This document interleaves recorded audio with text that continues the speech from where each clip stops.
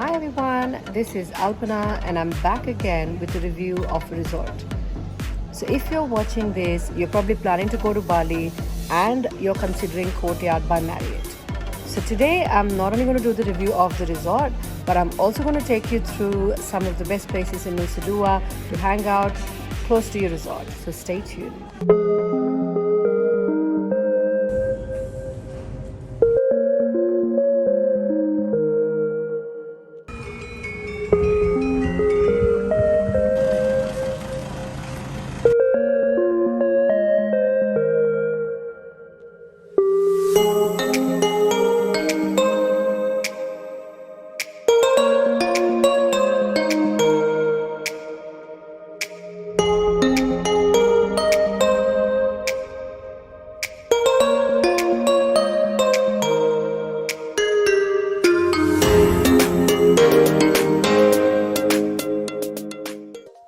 Nusa Dua is located 40 kilometers from Denpasar Airport and about 20 to 30 minutes from Kuta. Nusa Dua is a sparklingly prestigious, sprawling enclave of international luxury hotels, deluxe spas, exclusive golf courses, and world-class convention centers that was purposely built to present the beauty of the island.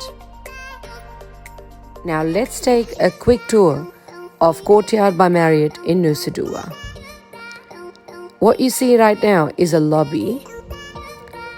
It's stunningly beautiful, and you also have a cafe within the lobby itself for your coffee takeaways.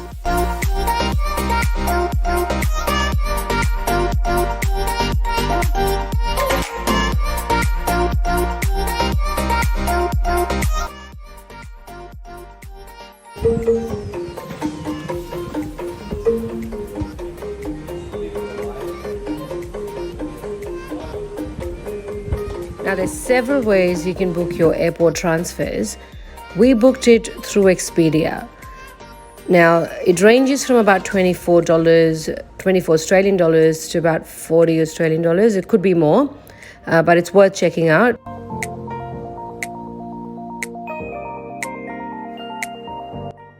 It was great to walk into a decorated room for my birthday. It was a great surprise. Now, we stayed in the pool access room because the resort doesn't actually have a beach connected to the resort itself. You do have to take a shuttle to go to the private beach area. But although the room was called a pool access room, the pool wasn't really connected to your room. You had to walk out to get to the pool, unlike some of the other resorts that I've been in. Now, the property overall was really well maintained. The pools were really clean. I could see the staff were maintaining all the hygiene standards as per COVID requirements. They were all wearing a mask, cleaning the tubes where possible. The only thing about the pool that I didn't like, that it didn't have a lap pool. So for those of you who love to do laps, there's not much room there. The pool's not deep enough. Although we did love the lazy river. As you can see, this is the lazy river. It goes around one of the restaurants, and that was quite fun.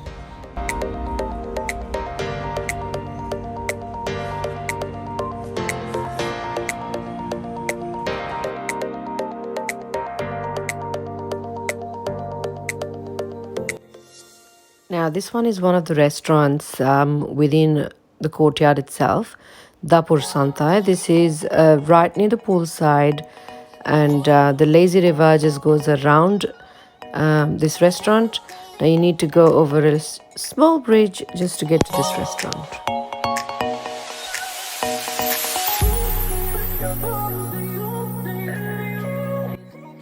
Okay, time for some serious business. Now this is our favorite part of every holiday, the buffet breakfast. So the buffet is held at Cafe Momo, which was right across from our room, which was one annoying bit because you could see right through in. So we had to keep our curtains shut pretty much all the time because people could just see inside. And that's not very nice. Yeah, but coming back to the buffet was amazing. There was a lot of varieties. They had a lot of international varieties. It wasn't just continental, so You had your normal cereal and stuff, and then you had your fruits, and then you had your baked beans, and what else do we have? Tomatoes and all the regular stuff, mushrooms, veggies. There was a lot of meat as well. So for people who love to have curries in the morning, they did have chicken curries. Some days they had lamb, some days they had fish. I personally don't prefer to have meat in the morning or fish in the morning, but there were a lot of other options. This place that you see is where they make omelets every morning, or your eggs, just the way you prefer, and they bring it out to your table. It was really, really nice and fresh. The vegetables were really fresh and tasted really nice, especially the tomatoes. They were sweet.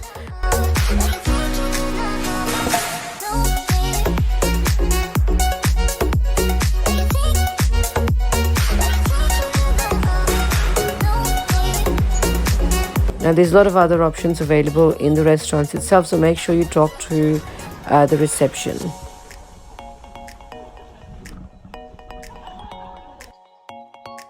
Now room service is always great for the days where you just want to chill in the room. However, unfortunately, the room service was not available 24 hours. They were shutting at 10 or 10:30 p.m. at night. Now, day one, when we arrived, we reached pretty late. It was about 12:30 or something, and we were told there was no room service available. But the gentleman on the reception was really kind enough. He ordered McDonald's for us using the app on his phone, which was really handy. So beware, just speak to your resort, speak to the reception, and make arrangements if you are going to arrive late. Now, the resort may be further away from the private beach. However, it is pretty much in the middle of the shopping strip. So there's a lot of restaurants, a lot of shopping nearby to the resort. Now we took the shuttle to go to the beach. The private beach was, I think, about 4 or 5 minutes drive, not that far. So for those of you who don't mind the little effort, the shuttle service leaves every hour from the resort, and it takes you to the private beach area, which is shared with one of the other resorts. I forgot which one we shared it with, but that's the other side. And we were on the right hand side. Now they do have a little bar on the private beach itself, and they do have massage services and shopping available as well for those interested.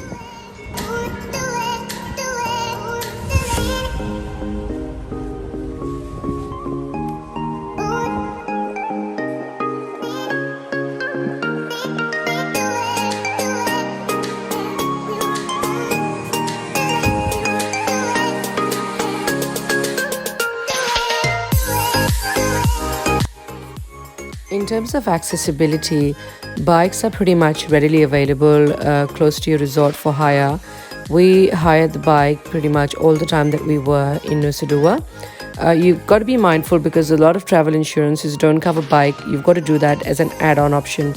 So bear that in mind.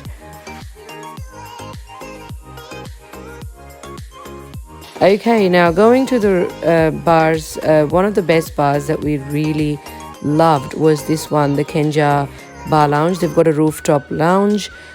This one has recently opened. I think it's just been about 2 weeks. They've opened the doors. So it's really, really cool. During the day as well, it actually overlooks a golf course.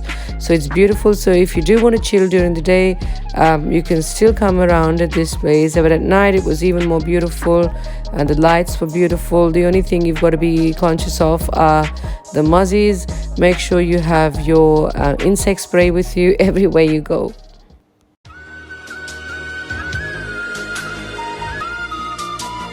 Got to produce, that is a booth.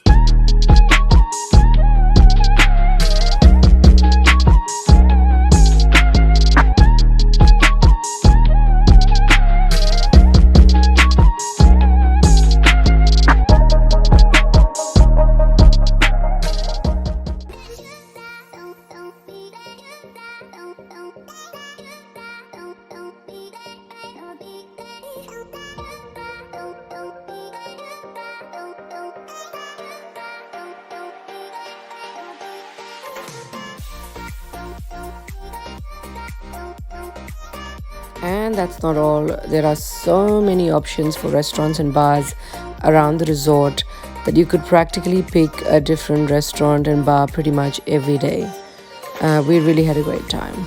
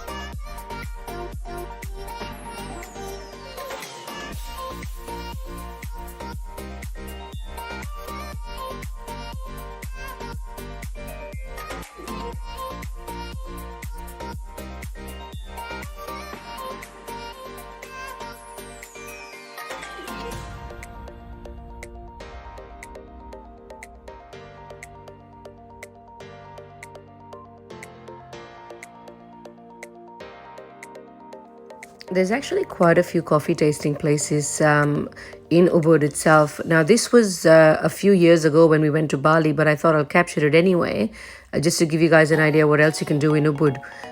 They sell the famous Luwak coffee. You should Google what that is. Going to the temples, there's some beautiful temples in Ubud itself. They're architecturally very, very rich.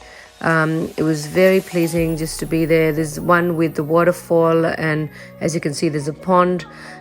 It was just beautiful. You just got to make sure you dress appropriately. If you're wearing shorts or anything, they do have sarongs that they provide at the temple. And then the other nearest spot is Mount Batur.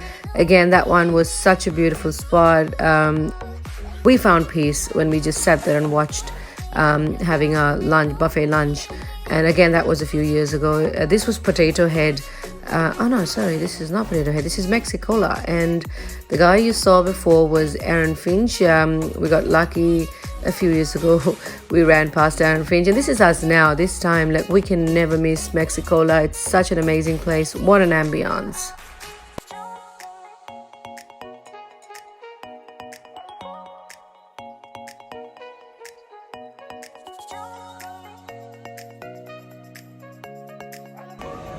Thanks for watching, guys. I hope you guys enjoyed watching this video. Please subscribe to my channel for more travel videos. Hola. Suck Fiji.